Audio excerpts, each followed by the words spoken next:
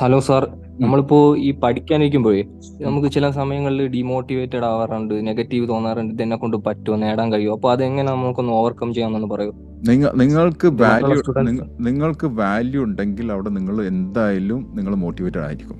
Value ഇല്ലെങ്കിൽ നിങ്ങൾക്ക് motivated ആവില്ല. ഒരു ഉദാഹരണം പറഞ്ഞുതരാം. നിശ്ചയം. സോറി, മനസ്സിലായില്ല. നിങ്ങൾക്ക് സാർ, വാല്യൂ ചില സമയം. ആ. വാല്യൂ ഉണ്ടെങ്കിൽ, നിങ്ങൾ വാല്യൂ കൽപ്പിക്കുന്ന ഒരു സബ്ജക്റ്റ് ആണെങ്കിൽ തീർച്ചയായിട്ടും നിങ്ങൾ മോട്ടിവേറ്റഡ് ആയിരിക്കും. എത്തിപ്പെടണം, എന്തായാലും എത്തിപ്പെട്ടേ മതിയാവുന്നുള്ള രീതിയിൽ നിങ്ങൾ മോട്ടിവേറ്റഡ് ആയിരിക്കും. വാല്യൂ കൽപ്പിക്കാത്തൊരു സംഭവമാണെങ്കിൽ അവിടെ നിങ്ങൾക്ക് തീരെ മോട്ടിവേറ്റഡ് ആവില്ല, നിങ്ങൾ ഇൻസ്പയർഡ് ആയിരിക്കില്ല, നിങ്ങൾ ആക്ഷൻ എടുക്കില്ല, ഒരിക്കലും അവിടെ എത്തിപ്പെടാനും പോകുന്നില്ല. ഒരു എക്സാമ്പിൾ ഞാൻ പറഞ്ഞുതരാം. ഞാൻ PG ചെയ്യാത്ത വ്യക്തിയാണ്, പകുതിയിൽ നിർത്തിയ വ്യക്തിയാണ്. കാരണം എന്താ വെച്ചാൽ ഞാൻ മോട്ടിവേറ്റഡ് ആയിരുന്നില്ല.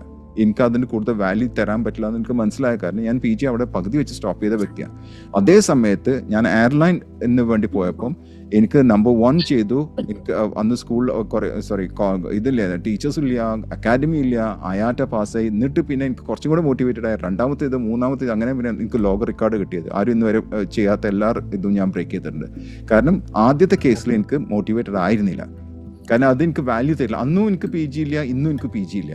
മനസ്സിലാവുണ്ടോ? കാരണം എനിക്ക് മനസ്സിലായി, എനിക്ക് അക്കാഡമിക് സ്റ്റഡീസ് എനിക്ക് ഒരിക്കലും ഞാൻ എത്തിപ്പെടാൻ ആഗ്രഹിക്കുന്ന സ്ഥലത്ത് ഒരിക്കലും PG എന്നെ കൊണ്ടുപോകാൻ പോകുന്നില്ല എന്ന് എനിക്ക് മനസ്സിലായ കാരണം അത് ഡീമോട്ടിവേറ്റഡ് ആയിരുന്നു. ഞാൻ ഒരു ആക്ഷൻ എടുത്തില്ല, വാല്യൂ ഉണ്ടായിരുന്നില്ല. പക്ഷെ അതേ സമയത്ത് ഞാൻ മാറ്റി ചിന്തിച്ചപ്പം, എനിക്ക് എവിടെ എത്തണമെന്ന് ഞാൻ ചിന്തിച്ചപ്പം അതിൽ അവിടെ വാല്യൂ ഉണ്ടായിരുന്നു, മോട്ടിവേറ്റഡ് ആയി. അപ്പം നിങ്ങൾ ചെയ്യുമ്പോൾ നിങ്ങൾ എന്തിനാ പഠിക്കണപ്പോൾ?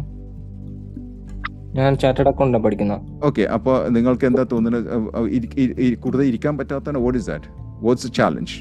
അതല്ല, കഴിയുന്നുണ്ട്. ബട്ട് സംടൈം ഇത് ചില നേരം നെഗറ്റീവ് ഒക്കെ തോന്നാറുണ്ട്. എന്താണ് നെഗറ്റീവ് വരുന്ന ഒരു കേസ് പറയാം. What is negative?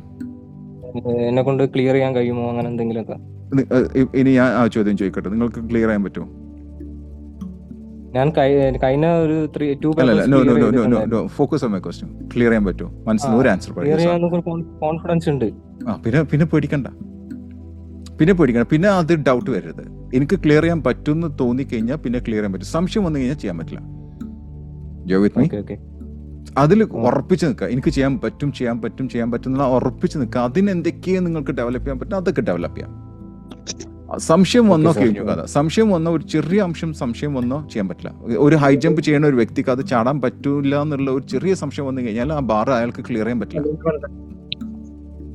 You got it? So B confident. നിങ്ങൾ ജയിക്കാൻ പറ്റില്ലല്ലോ പഠിക്കുന്നത്. So then focus on that one. Can you do that? Okay, sir. Can you do that? Yes or no? Yes. Okay, happy? That's it. നോക്കട്ടെ എന്ന് ഒരിക്കലും നോക്കട്ടെ എന്ന് പറയരുതട്ടാ. നോക്കട്ടെ എന്ന് പറഞ്ഞാൽ നെഗറ്റീവ് വാക്കളാ. ട്രൈ ചെയ്യട്ടെ എന്ന് പറയാൻ, ശ്രമിക്കട്ടെ എന്ന് പറഞ്ഞാൽ അതൊക്കെ നെഗറ്റീവ് വാക്കളാ. ചെയ്യാൻ പറ്റും തന്നെ പറയണം. പറ്റിയിട്ട് പിന്നെ തോറ്റു കഴിഞ്ഞാൽ പ്രശ്നമില്ല. നിങ്ങൾ ചെയ്തിട്ടുണ്ട്. You have done the best of the best. You are with me? Yes, sir. So just go with it. Happy? Thank you.